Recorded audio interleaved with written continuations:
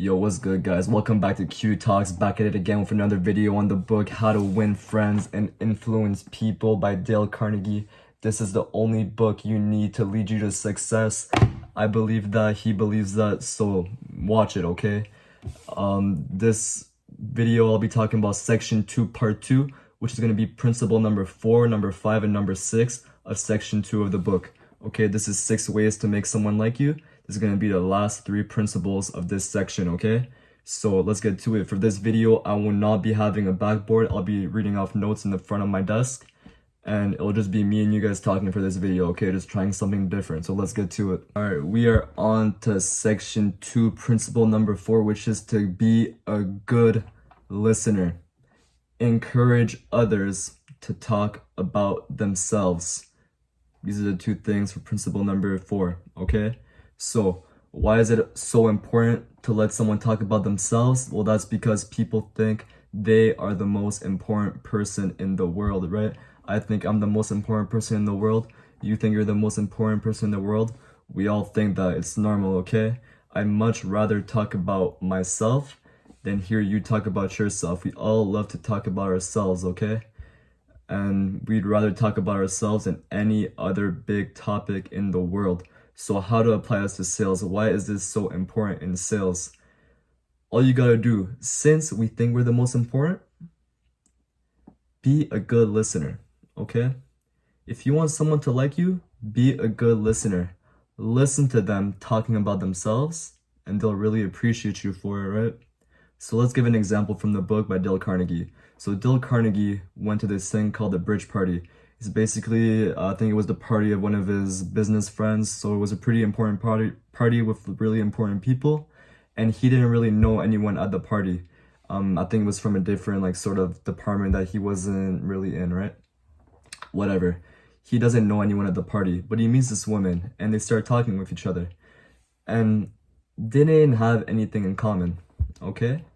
But Dale Carnegie learned that that woman went on a trip to Africa. So what did Dale Carnegie do? Ask her about the trip to Africa. And you better believe that they had a good conversation, right?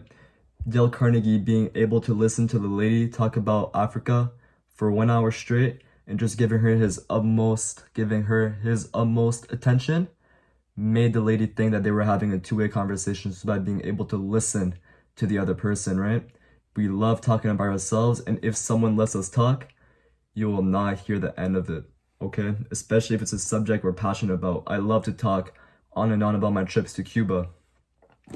So, this is one good example from the book.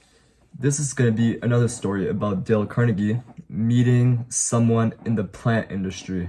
I think he was a gardener, and he had a side business where he was working on plants, but he's not actually in the plant industry. He's actually a political figure.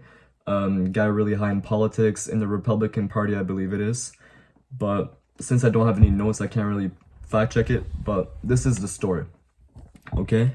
So the guy that Dale Carnegie was talking to, who was a really important political figure, had a passion for plants. And best believe what Dale Carnegie did was listen to him talk about plants, kept asking him questions about plants, kept making him talk about himself, encouraging him to talk about himself while being a good listener. And by the end of the conversation, the other guy said that Dale Carnegie was a most interesting conversationalist. So, sorry about that. You better believe that Dale Carnegie did not say a word. All he did was listen. And he is known to be the most interesting conversationalist. He didn't talk. You don't need to talk about yourself all the time to have a good conversation. Let them talk about themselves. Let the conversation breathe, okay? And that'll get you a long way. And if you want to have good connections with your customers, if you want to have strong relationships with your customers, listen to them. Let the conversation breathe. People want to be heard, right? So, many people call a doctor when all they want is an audience, right? A lot of times we just want to be heard. I used to work at Burger King, and I was working as a cashier at the front desk, so I had a lot of communication with customers. And people often would complain about their patty being too cold and all this and all that. And guess what? Even when we gave them a new hamburger, they would still be in a pissy mood. But I'm telling you, if you just give them the time to talk about their complaint, make them feel heard, they will be in a much calmer state of mind. So this applies to relationships with customers as well. Being a good listener when they come to you with issues and encouraging them to talk about their issues instead of dismissing it. Like I said, many people call a doctor when all they want is an audience. Being able to listen to someone when they're in a bad state of mind will really help them get through that bad period. Okay? Customers just want to be listened to, and there's two different ways to do it. One, they can be listened to when they become hectic, when they start screaming in the shop. Let's say I was working at Burger King, right? Customers would love to scream at us and to get our attention, to get us listening to them.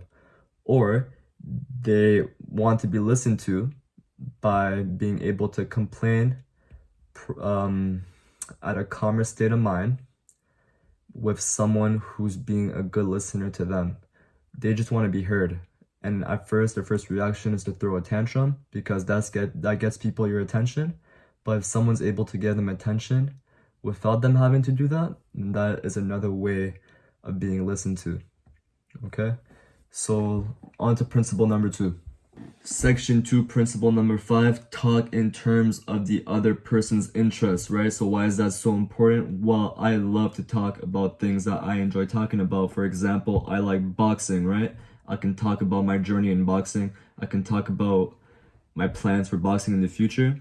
I could talk about that for hours. And if you were to ask me questions about boxing, I'd really want to be friends with you, right? This is a way to make friends. 6 ways to make friends. 6 ways to make people like you. If you were to ask me questions about boxing, which is a topic I enjoy talking about, I will like you. If you like soccer and I talk to you about soccer and I ask you about your journey about soccer, you will like me. That's simple, right? Talking in terms of the other person's interests pays off for both parties, right? It benefits me. Let's say I'm trying to sell you a product.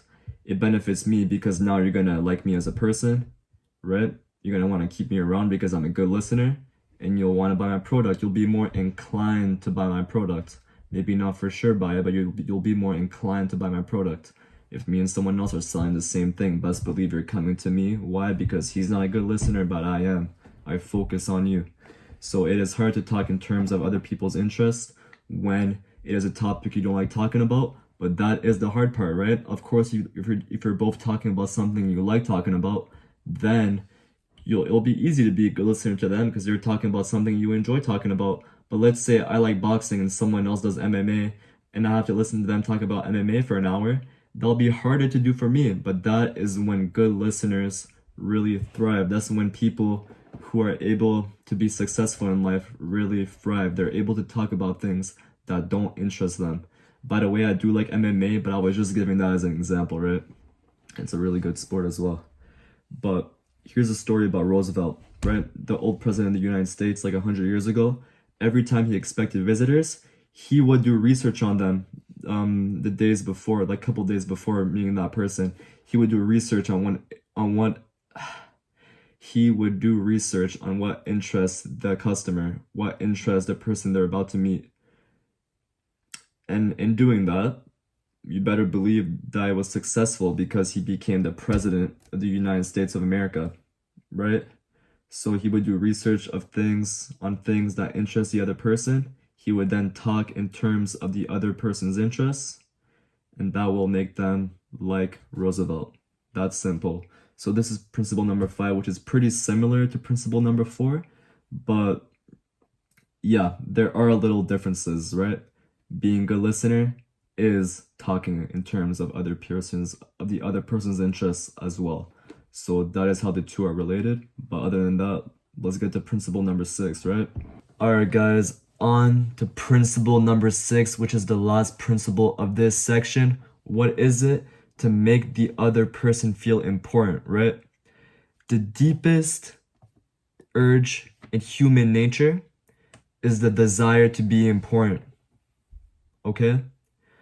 This is the reason why a father wants to have 3 kids and take care of a family. This is why a mother wants to birth a child, because it makes them feel important. This is why kids want to have good grades so they can make their parents proud. It makes them feel important. It is the deepest urge in human nature. This is why LeBron James still plays basketball, because he feels important. This is why Vince Carter retired in his 40s, because he liked to feel important. Okay?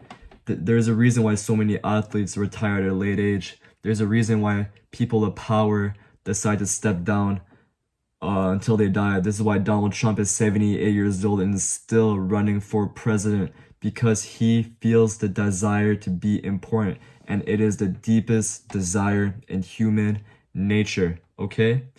So everyone considers themselves important, very important. Everyone, okay? And we want to do what we can to display that to everyone around us, right? That is our deepest desire. And so if you're that person who's able to make someone else feel important, how do you think they're gonna like that? How do you think they're gonna want to be your friend? How much do you think they're gonna like you? How much do you think they're gonna be a good customer to you when you're trying to sell them a product? Best believe they'll want to buy your products if you're able to make them feel important. Okay? Here is a story I'm gonna give. So this is the story of a person who was taking classes with Dale Carnegie. He's taking his classes, and they were going through this principle, right? Make someone else feel important.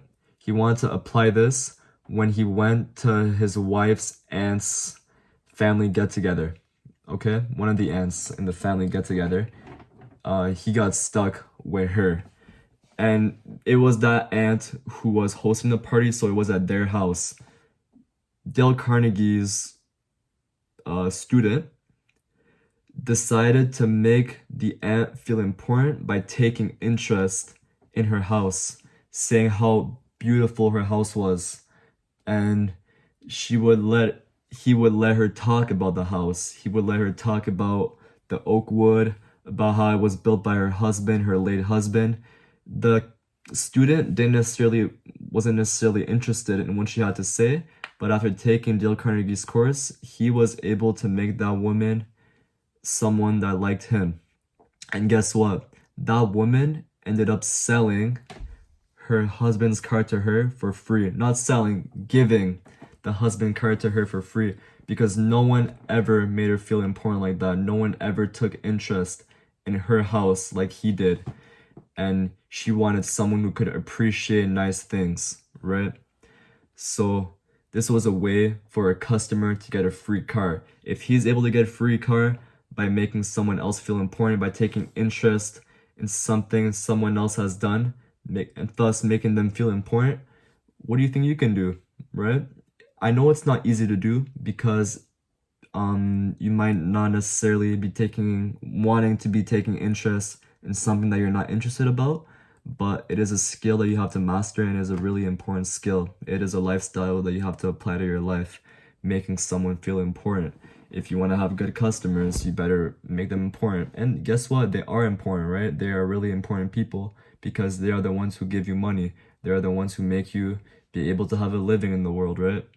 So you should make them feel important, okay? That is it for my 3 principles. This video was a little shorter because I want to keep your attention span. So if you watched through the whole video, I really appreciate that. I know I fumbled in a few parts, but your boy's gotta go to bed and keep working, right? So I hope you guys have a good night or a good day, whatever time it is for you. And I hope you guys stay tuned for next time. Make sure you like and subscribe to the channel. It really helps me want to keep doing this, and even if you didn't, I'd still be motivated, but it really makes me feel appreciated, right? It makes me feel important, and the things that I teach, I apply, so you should apply it too, right? All right, but yeah, see you guys. Q Talks is out.